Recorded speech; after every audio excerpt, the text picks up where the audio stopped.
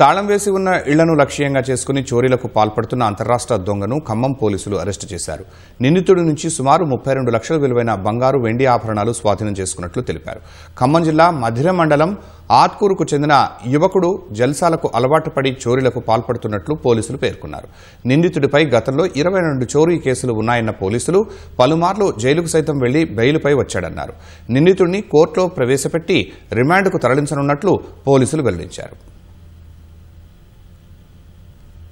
Police వారు మరియు 2 town CA గారు వెహికల్ చెకింగ్ చేస్తున్నాగా నిన్న సాయంత్రం కిన్నర హోటల్ దగ్గర ఈ అక్యూజ్ యూసుఫ్ అనే అతను పట్టుకొని ఫింగర్ ప్రింట్స్ డివైస్ పట్టుకొని వెరిఫై చేయంగా అతను ఫింగర్ ప్రింట్స్ చెక్ చేస్తుంటే ఇతనికి గతంలో 22 కేసులు ఉన్నాయి ఇతని మీద.